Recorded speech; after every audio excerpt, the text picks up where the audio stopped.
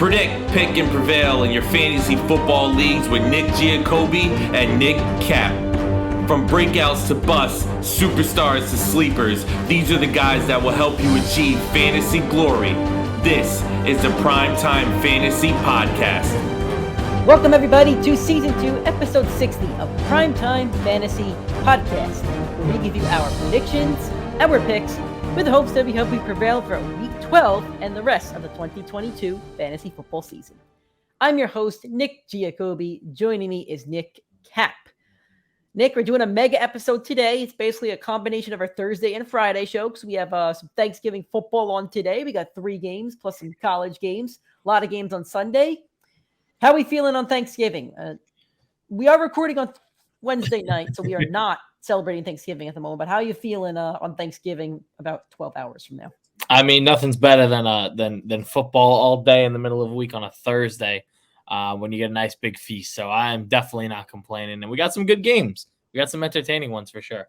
I don't eat food, so I'm more excited for the football. And hopefully it is the feast that I want for my fantasy teams. But we'll see. We have some stuff to talk about. It could really affect your fantasy teams today and going into week 12. So we'll talk about it. If this is your first time listening to us, thank you so much. We do the show normally, not this week, but normally on Monday, Tuesdays, Thursdays, and Fridays. This is our Thursday show. A normal Thursday show would consist of injury updates and some news, and then a Thursday night football preview. And then our Friday show would normally consist of news for the weekend, our all boom and all bust teams. We would each do one. And then we'd end the show with our flex on them segment, giving you 2 players, one from each team from each game, telling you which one we'd rather start in our flex spots. This week's a little different due to Thanksgiving and scheduling conflicts. We were not going to record on Thanksgiving. So this is what we're doing. We're doing a mega show. So the formula for this show is going to be a news and injury segment.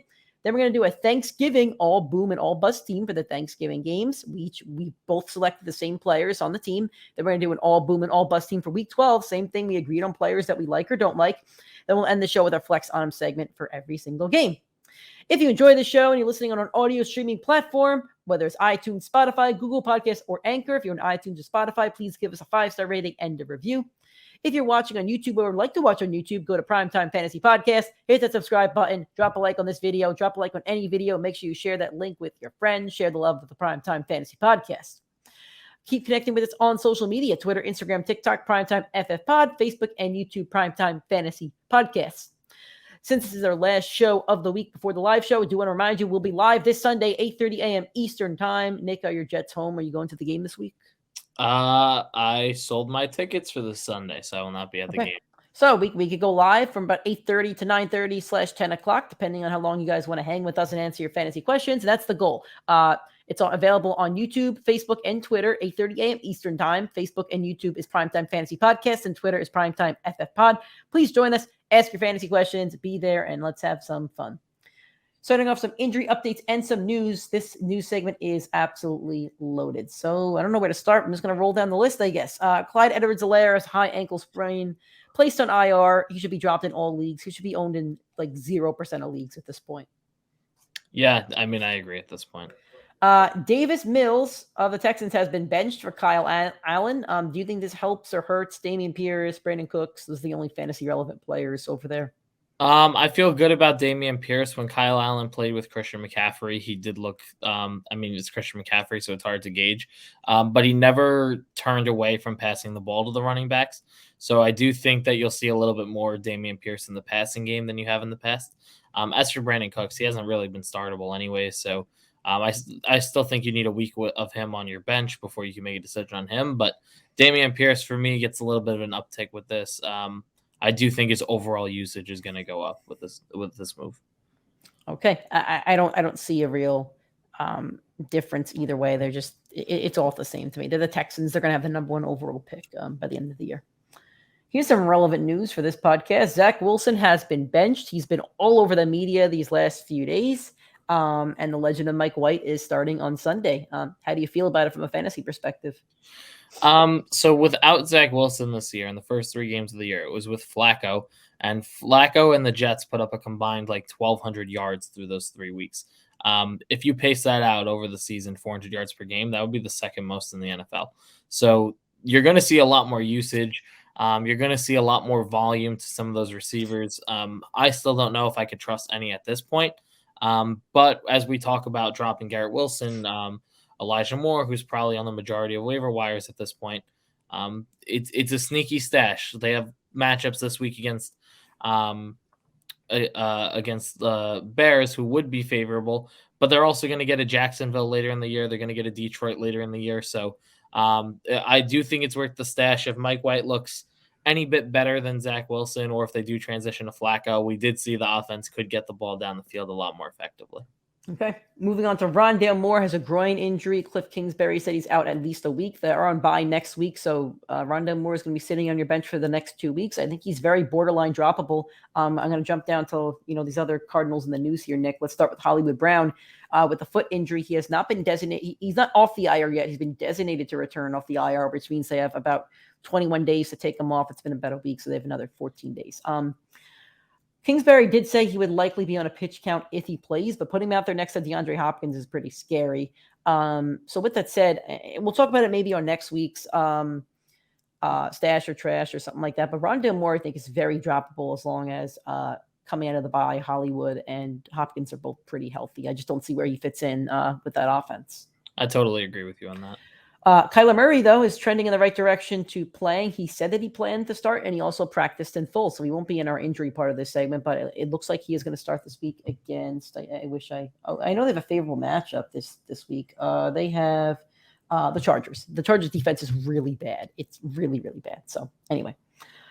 Moving on, Justin Fields has a left shoulder injury. It's a separated shoulder with a partially torn ligament, basically an AC joint, and he was limited in practice on Wednesday. Seems like he's going to start this Sunday against that ferocious Jets defense. I guess he could play with it. No, yeah, it's a non-throwing arm. Non-throwing arm, so I guess he could play with it. I'm not sure how limited that's going to really make him, but I guess we'll see. I think that could affect the way he runs the ball, though. I mean, if he's going to tuck it, I guess he can't put it in his left side, I guess.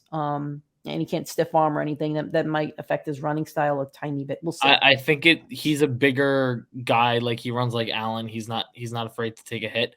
I think in this game, with him being dinged up, he's not going to want to take those hits. So I do think you'll see him slide a lot more. You'll see him limit how much he does choose to run. Leonard Fournette has a hip pointer. He's still very sore. Todd Bowles said he's only going to play, I believe, if he could run at full speed. And Todd Bowles also said they're going to ride the hot hand. This seems like a heavy Rachaad White game. Joe Mixon is still in concussion protocol. Did not practice today. Matt Stafford is out with a neck injury. He's still in concussion protocol. And there's rumors that he's going to get shut down for the entire season, which would also mean Cooper Kupp would get shut down. I'm pretty sure this was actually his second concussion in a short period of time. It is his second concussion in the last 3 weeks, I think. So it's the same thing that happened with Tua, where it was like you need multiple weeks to heal from this. Like, getting a second concussion so close to the first one is like extremely dangerous for anybody. Yeah. So there you go. With that also said, the Rams can prepare for the 2023 NFL draft. They'll have a pretty high draft pick. With their own draft pick. Yep. And you hate it seems like I hate the Rams. So, side note, me and Nick were having a conversation in one of our group chats earlier about teams that we hate. I'm going to make it clear on air. I do not hate the New York Jets. Right. I will laugh at the New York Jets. Like I laugh at my New York Knicks, who are terrible. Like I laughed at my Seattle Seahawks when I thought they were going to be really, really bad with Geno Smith. I'm pretty sure there's audio on this podcast about me ripping them apart. With that said, I hate the Los Angeles Rams. I hate them. I don't want to see them ever win. Like, I hate the Rams. There are not many teams that hate the Rams. They might be my number one. I don't like the 49ers by any means. I probably hate them too, but we've beaten them so many times in the past, 10, 11 years, and they've lost 2 Super Bowls. I feel like I can't hate them as much, but the Rams, they might be my most hated team, in all sports. They're up there. It's like the Rams, the 49ers, the Warriors. Who else do I hate? Boston. Houston. I hate all Boston sports. I don't hate Houston. I laugh at Houston. I don't like Tennessee. The Browns. No one likes the Browns.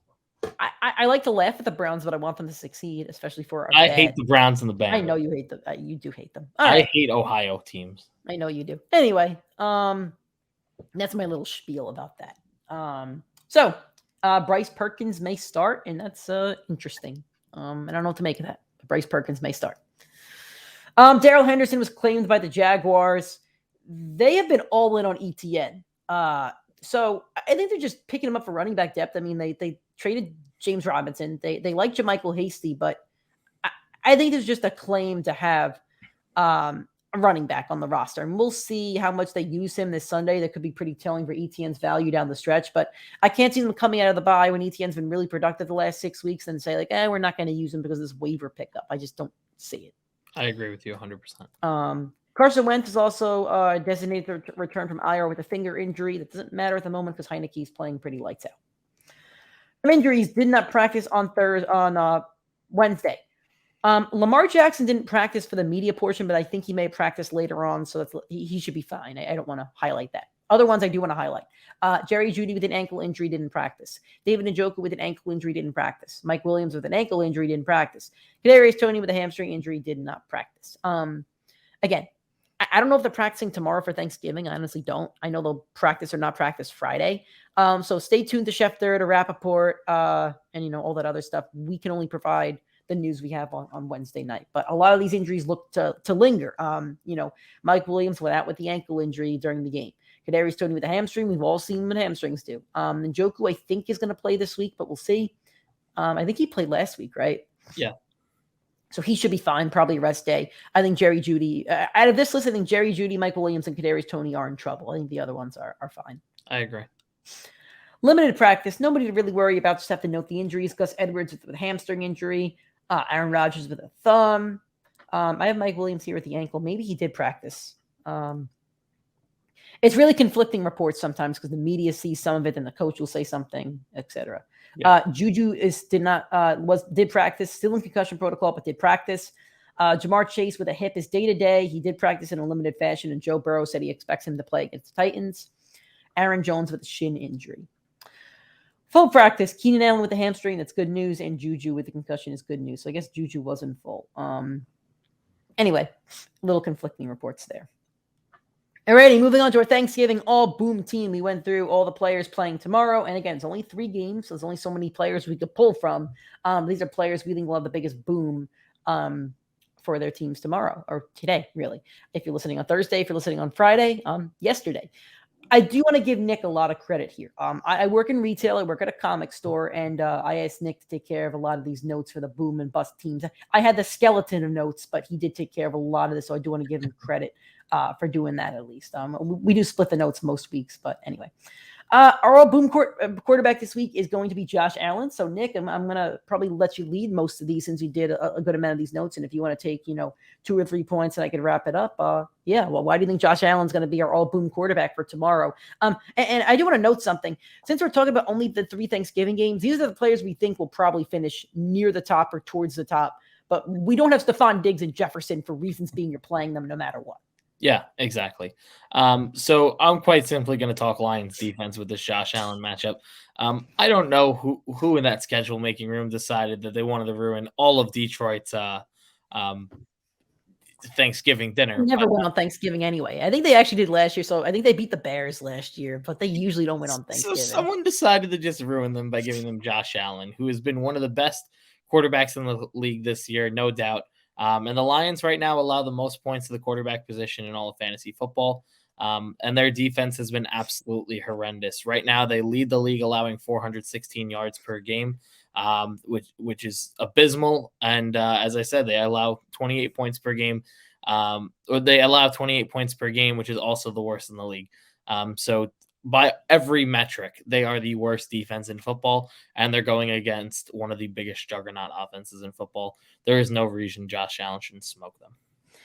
I guess they had to play the Lions in Detroit. I guess it's just how it was. But it'd be like, every few years you have to play an opponent away or home. It just alternates. I wish this game was in Buffalo. Can you imagine the tailgates at like 9 a.m. in Buffalo tomorrow? That's a real shame. Nick hit all the nails on the head. Josh Allen's the best quarterback in the league, arguably. He's going to rip this defense apart. It's going to be pretty nasty. I don't know what the spread is on this game, but I would take the Bills over by a mile. I agree. All right, our first running back boom. I'm going to go to the Buffalo running back here. Devin Singletary. I'll take this one. The Lions allow the second most yards per game to the running backs with 153. In 4 out of the last 5 games, Singletary's at over 12 carries, and he's averages about 11 points per game. That's been points per game in that span. Little typo. That's my fault. Anyway, so yeah, Devin Singletary is a good play. Again, you could boom the entire Bills team. Like that's you can really boom the entire Bills team, and they all should have a really productive fantasy day. And if the Bills go up big, I think they use Singletary even more, which I think they could end up going up big. So our second running back boom of the week, Nick, let's tell the audience who it is. It's probably the biggest running back I've been completely wrong on this year. Actually, no, Saquon was the biggest running back I was wrong on. Yeah, you were pretty out on Saquon. Number 2 would be Ramondre Stevenson. Minnesota ranks bottom 10 to running backs. And Ramondre Stevenson hasn't scored under 12 points this season, 12 fantasy points since week 2. That's a kind of a bizarre metric for a running back that we said would have a split backfield. I know Damian Harris missed some time, but he's been there for more games than not. So for him to still be putting up these types of numbers is kind of insane. He also ranks top 5 in targets at the running back position. So he's getting it done on the ground. He's getting it done in the air. It's exactly what you want from a workhorse running back. And on top of that, last week, guess what the Vikings did? They allowed Zeke and Tony Pollard to combine for 55 fantasy points. So you have to ride Ramondre Stevenson's hot hand through this matchup. The Pats just came off a really tough matchup against the Jets, and they're an excellent defense. And I think this is a game where that offense can kind of get their feet wet and prepare for a late playoff push. So we have another Patriot here. Our first wide receiver on the all boom team is Jacoby Myers, a guy that I've been pretty high on. And I kind of wish I hadn't traded him away, but I got Jefferson out of it. So I had to, but I was high on Jacoby Myers coming into the season. Vikings ranked 28th among wide receivers, so they give up the 4th most fantasy points to wide receivers. In the last 2 games that Jacoby Myers has played, he's played 2 of the top 5 teams against wide receivers, which is the unfortunate, scheduling for him. He's at over 15 points per game on average before those last 2 games, though, which is important. It's a good way to get right on track.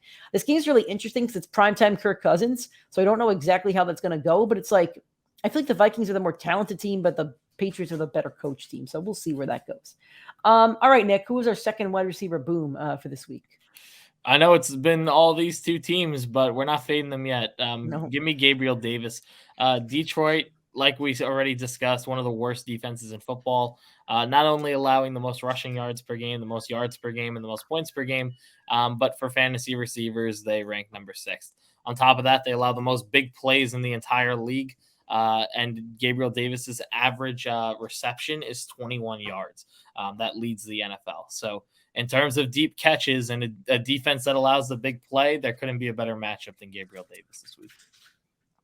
All right, I'm going to go to the flex spot and keep it in this game. I have Amon-Ra St. Brown here. The Bills have a pretty stout defense. However, they rank bottom 10 against wide receivers that have struggled in the last few weeks. In the last few games, Amari Cooper had 32 fantasy points, Justin Jefferson 36, Garrett Wilson 18, and Romeo Doubs 17.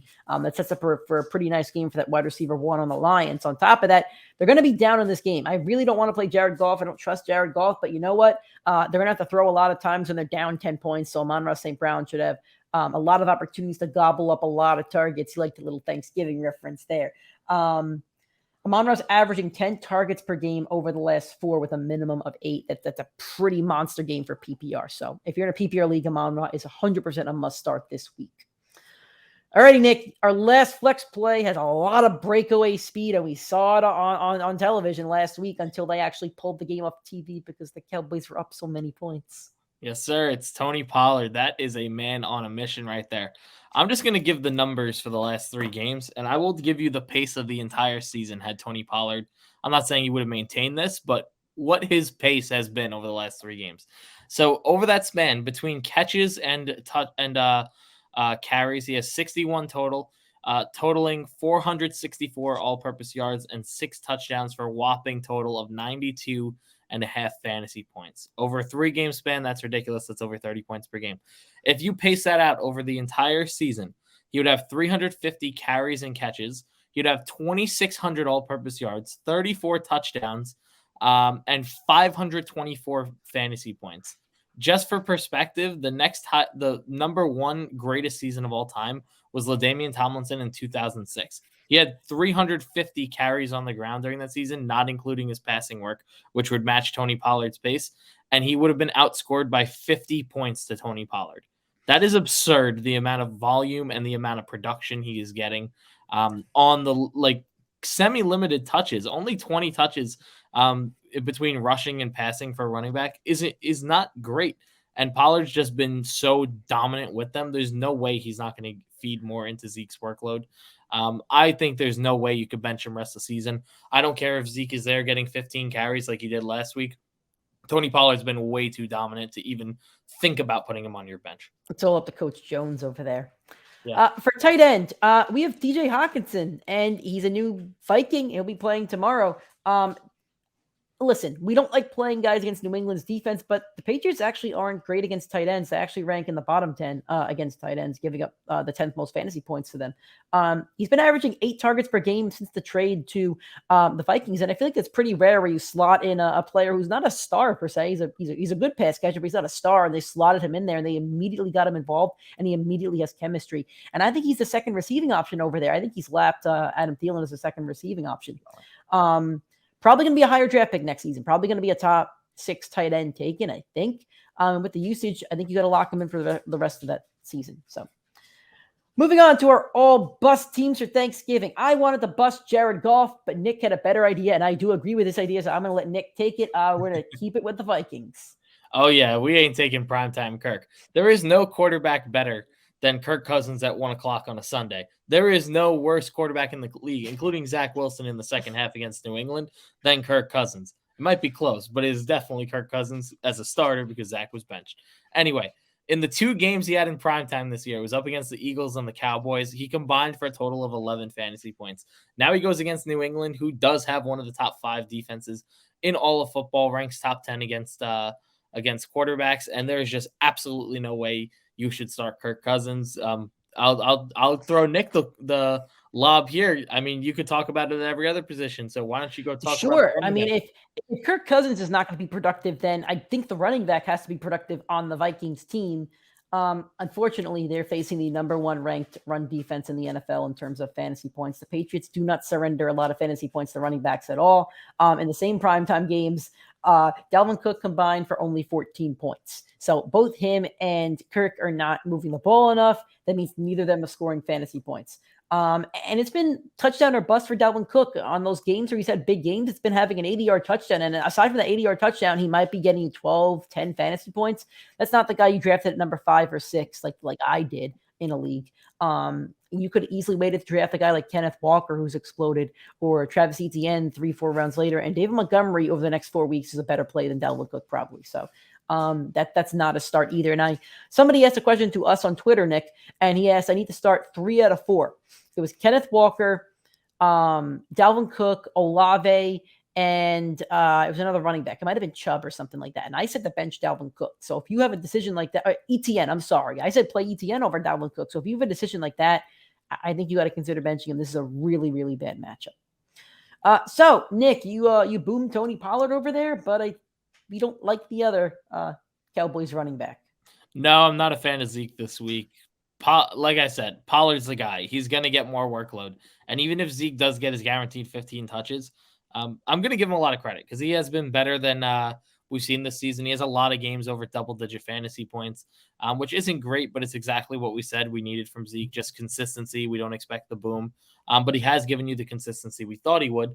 But the Cowboys, they're going to have to come back down to earth. They just won a massive shootout, 40-3. Usually after those monstrous wins, you play an average football game, and they're going up against the Giants, who are one of the best teams against the run, and Dallas, we're expecting a pretty low scoring game between these two very good defenses. And it's just not going to be the same volume of scoring like you saw last week with Dallas. Zeke has 5 touchdowns over his last 3 games. And another factor of him struggling and not being as productive as he could be or hitting those ceiling games is because all the passing game has gone Pollard's way. It's going to continue that way, which just means it's going to be touchdown or bust for Ezekiel Elliott. And what I think is going to be a low-scoring game just is a recipe for disaster. Okay. I'm going to keep it in the game, and I'm going to say CeeDee Lamb's going to be a bust. He's facing those Giants, and they have a lot of injuries over there, but they've been a top 5 defense against fantasy wide receivers this season. They currently rank at number 5, and they haven't let up a lot of points to fantasy wide receivers. And CeeDee's outperformed both of our takes, at least, especially with the injury to Dak Prescott, but he's been pretty boomer bust. It seems like he's on one of our all boomer, all bust teams every single week. He's only had 4 games lower. What do you mean by that, per se? Over his projection? I forget. That must be a typo. Anyway, we have a typo in there. But anyway, I believe what we were trying to say is that he hasn't hit his projection in like 8 of his games. So anyway, he had his projection's usually pretty high, and it's tough for him to get there, especially when they're running the ball a lot. It seems like the Zeke and Pollard show, and I think that's where they're going to go on Thanksgiving. Oh, I know what it meant. There are only 4 games with a lower over-under this weekend than there are the Dallas Cowboys. So you're saying it's going to be a low-scoring game in the running back. Yeah, so even the books are telling you that it's not going to be a high-scoring. All right, gotcha. All right, Nick, who's our second all-bust wide receiver? Like we said, I mean, we've been sticking with 2 games for the start of each of these, but I mean, it's the one you gotta fade. You gotta fade that Vikings offense. And we said we're not benching Justin Jefferson, but Adam Thielen absolutely needs to hit the bench.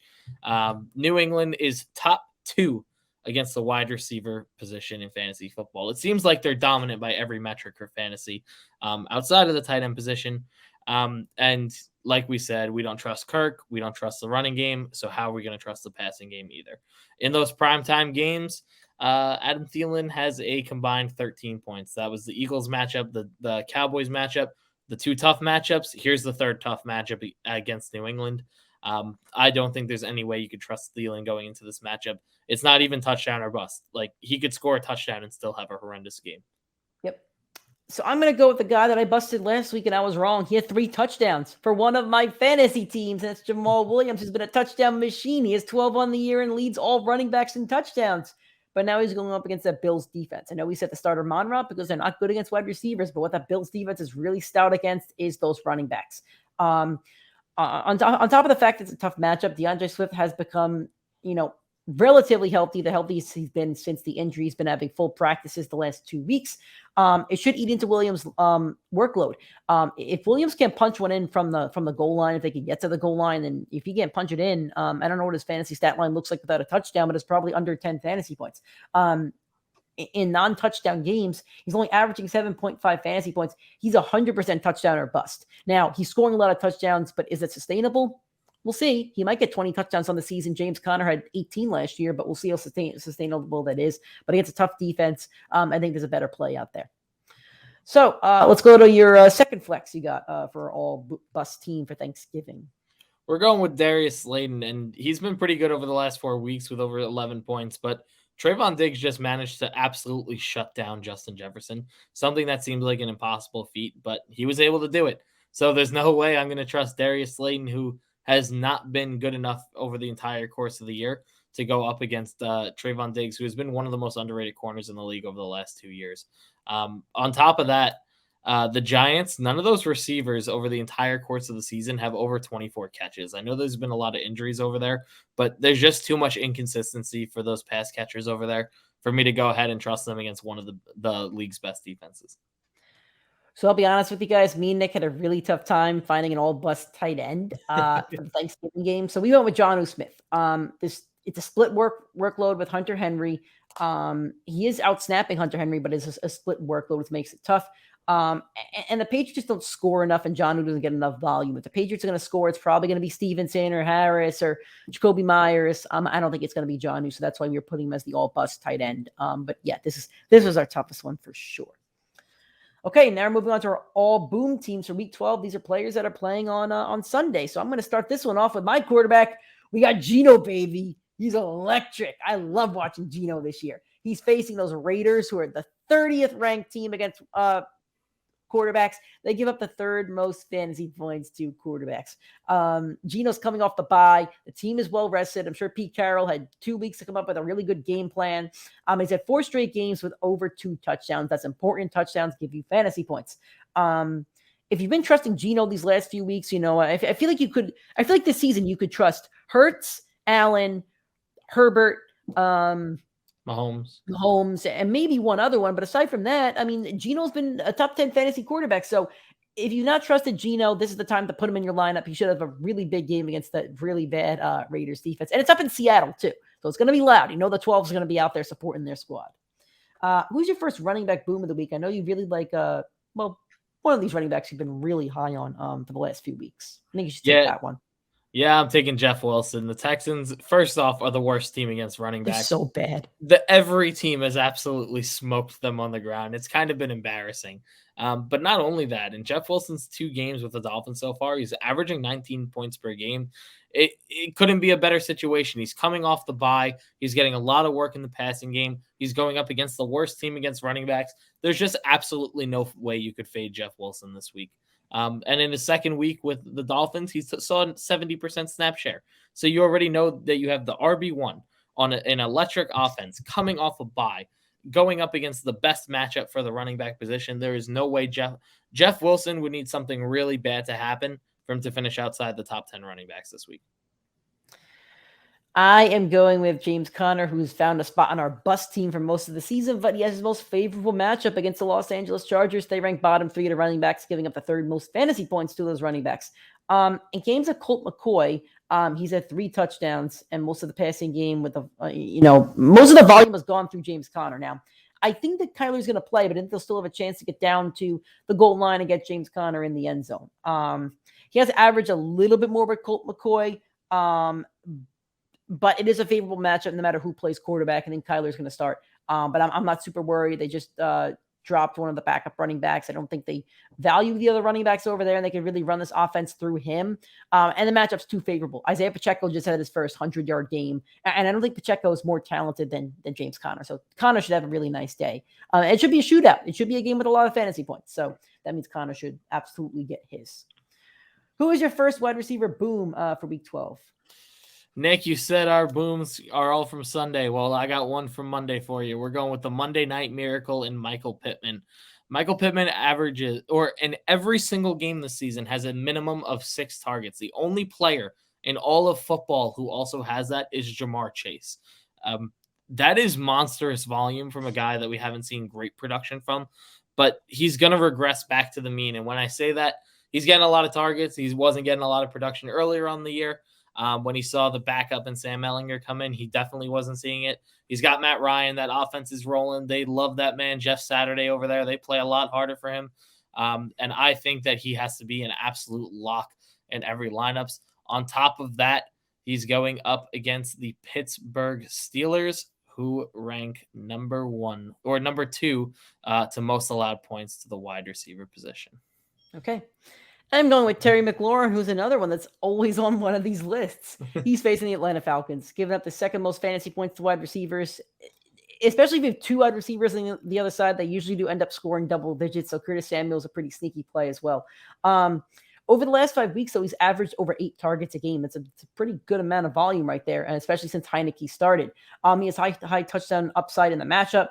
With the 8 targets, that's going to be a must start. Heineke should find him a lot in the end zone. Could have a 100-yard game as well. This could be a 20-plus point fantasy day for Terry McLaurin. It's going to be a scary day out there for the Falcons. Moving on, who is our first flex play for this week? I'm going with T. Higgins. I know I'm not allowed to talk Nick Bengals. gets to talk Bengals, baby. But we made the list. So I'm just going to give the take for what we both agree on. First off, the Titans are one of the 5 worst teams against the wide receiver position. With Jamar Chase this season, T. Higgins has still been productive. I know we're expecting Chase out there, and in the 5 games he played, he's averaging 14 fantasy points per game. And if Chase is at all limited, when Higgins played without Jamar Chase this year, he was averaging 17 points per game. So as the wide receiver 2 on the team and the wide receiver 1, he's been equally as productive. And in these favorable matchups, it's always going to be a smash mouth play. I think Chase has to be productive. I mean, I think Higgins has to be productive. And even if Chase is limited or, even if he's just a decoy, like they have to cover him. So Higgins should have a really nice day. I have Rachaad White. He's going to get a full workload. Well, he had a full workload against Seattle even before Fournette's injury. He had a 100-yard game, first of any of the Bucs backs this year. The Bucs have been the worst rushing team of the season, and it seems like Rachaad White was the shot of adrenaline that they needed. He's a better pass catcher than Fournette. Seems like he's a better rusher. Tom Brady trusts him, which is huge. And White was also ranked the best pass catching back coming into the draft. So Brady loves his checkdowns. He's playing that James White role, and there's nobody behind him at this point. I know Fournette's there, but he seems like the better back, and he's going to be a back that could win you fantasy championships. Also coming off the bye, had a lot of time to get some work in, a lot of time, to devise a game plan. And on top of that, they are facing the Cleveland Browns. The Cleveland Browns have allowed the second most fantasy points to running backs. It's going to be a big day for you Rachaad White owners who got him off of waivers. So that leaves us with our tight end. Nick, who's our all-boom tight end for Week 12? We are going with Foster Moreau. He has not been fantastic this year as a backup for Darren Waller, but this is the best matchup he's seen all season. Seattle is one of the worst 3 teams against the tight end position, allowing the top 3 points to that position. And he's just going to have to see some more workload when Seattle is not good at covering the middle of the field, but it seems like they have some shutdown corners. I'm not saying they're going to limit Devontae, but there will absolutely be more looks towards Foster Moreau as the second read or even some plays the first read. And that's really all you want from your tight end and what should be a higher scoring matchup. I think you have to lock him in if you have one of those, Kyle Pitts or Zach Ertz who went down, Dallas Goedert, all those guys. Foster Moreau is the perfect plug and play for now. Okay. So we are going to move on to our all bust teams for Week 12. And Nick, I want you to take this one first. Who is our all bust quarterback for Week 12? Over the last 5, 6, maybe even 7 weeks, Nick and I have been the 2 most accurate people in the fantasy community on Justin Fields.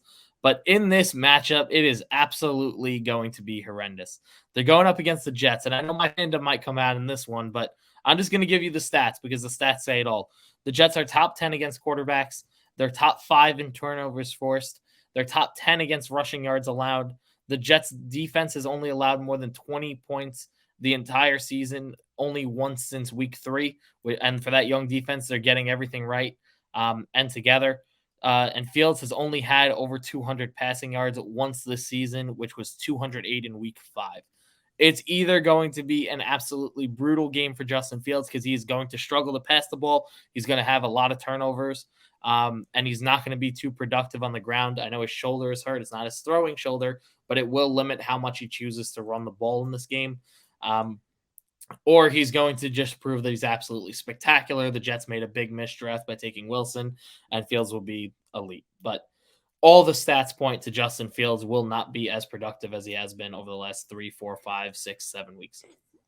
The last time I busted Nick Chubb, people called me crazy. He was the running back 1, and I was right.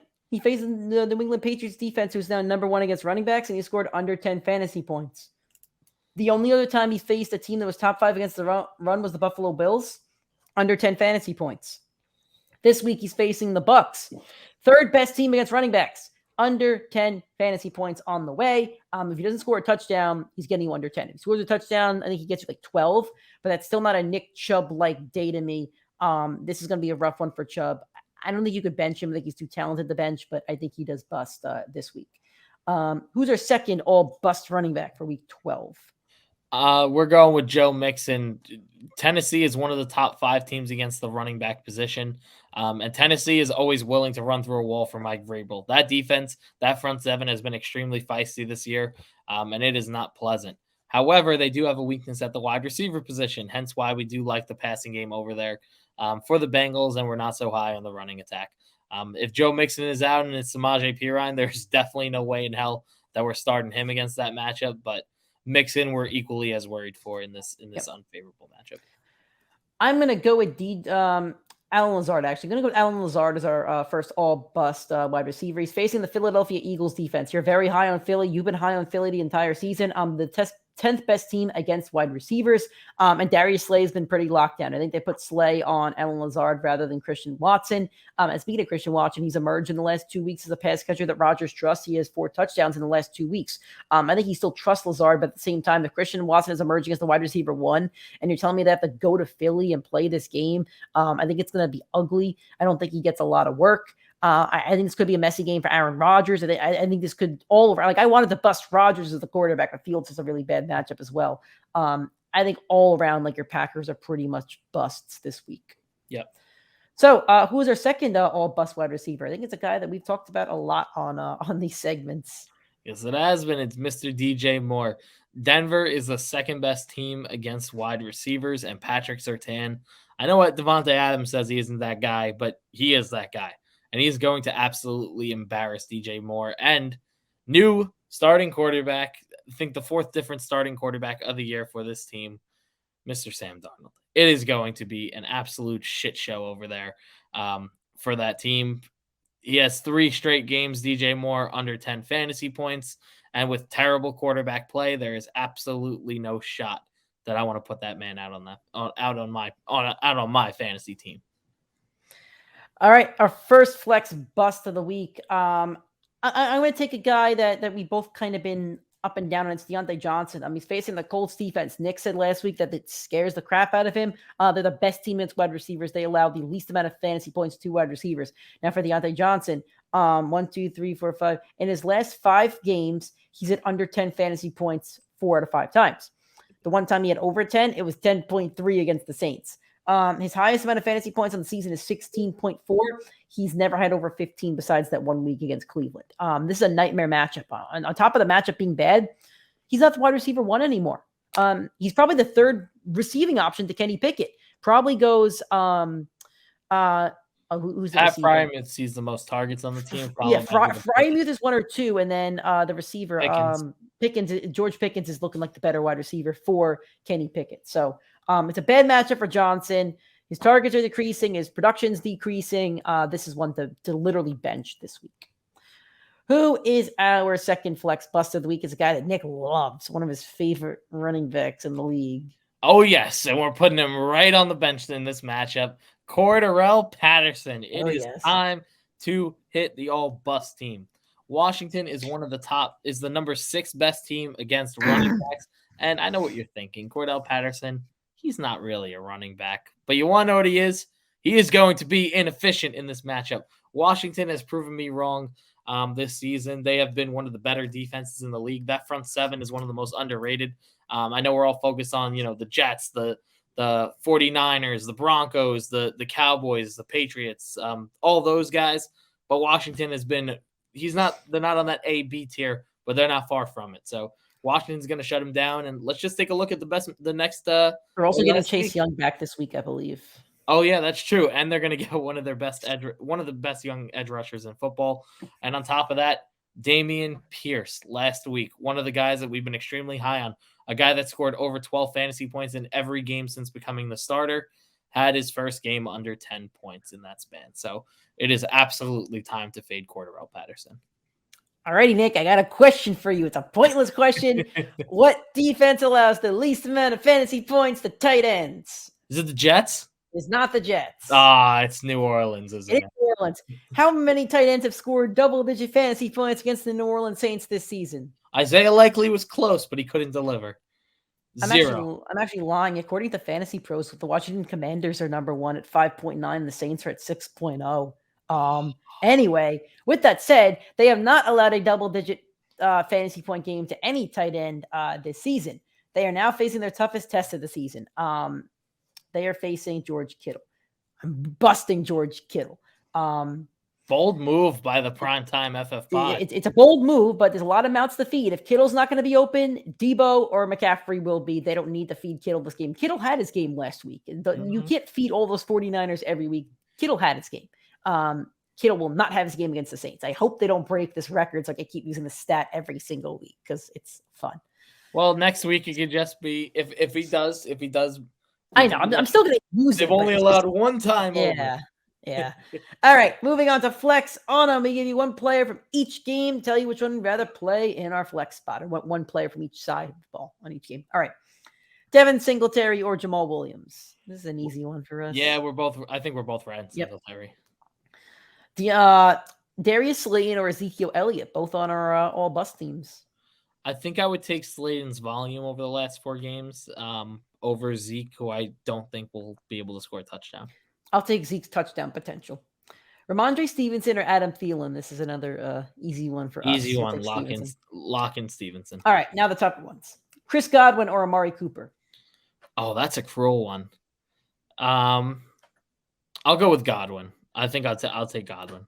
I'll go with Cooper. He's been pretty productive, gets a lot of targets, and the last time we saw the Bucs on the field, DK Metcalf and Tyler Lockett both had pretty solid days.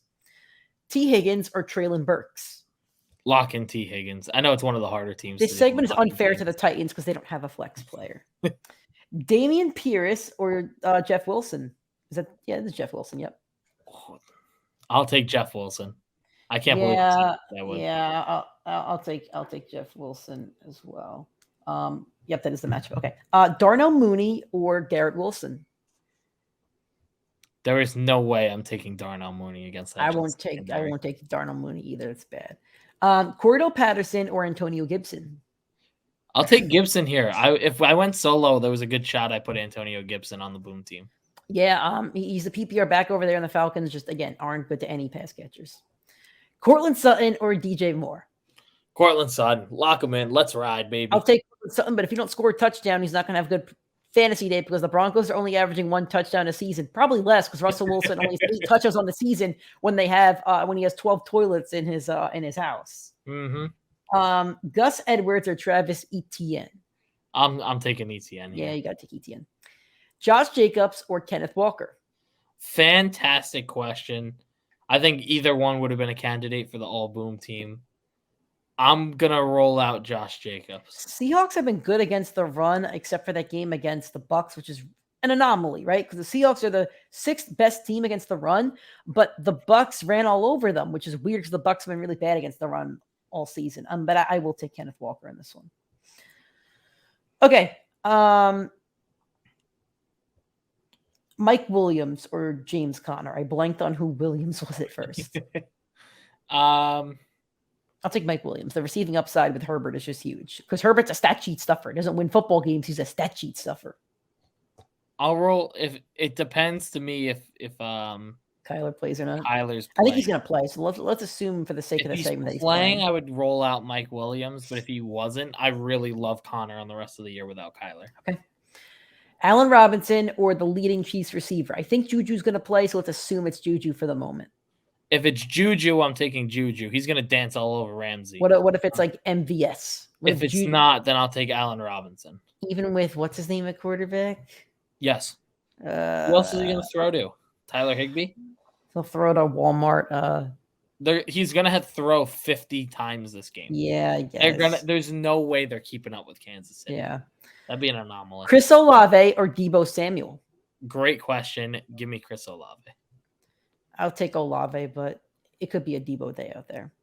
And lastly, Christian Watson or Devontae Smith? I'm going to go Christian Watson. Do you know? You want to know a fun fact about Christian Watson? I like fun facts. I know it's only been 2 weeks as an outlier, but over the last 2 weeks, he's leading the league in end zone targets. Not red zone targets, end zone targets.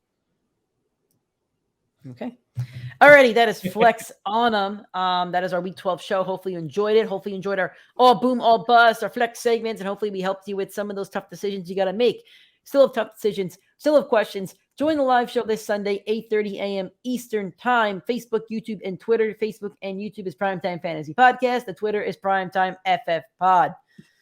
If you're listening on an audio streaming platform like Spotify or Apple Podcasts, please give us that 5-star rating and a review.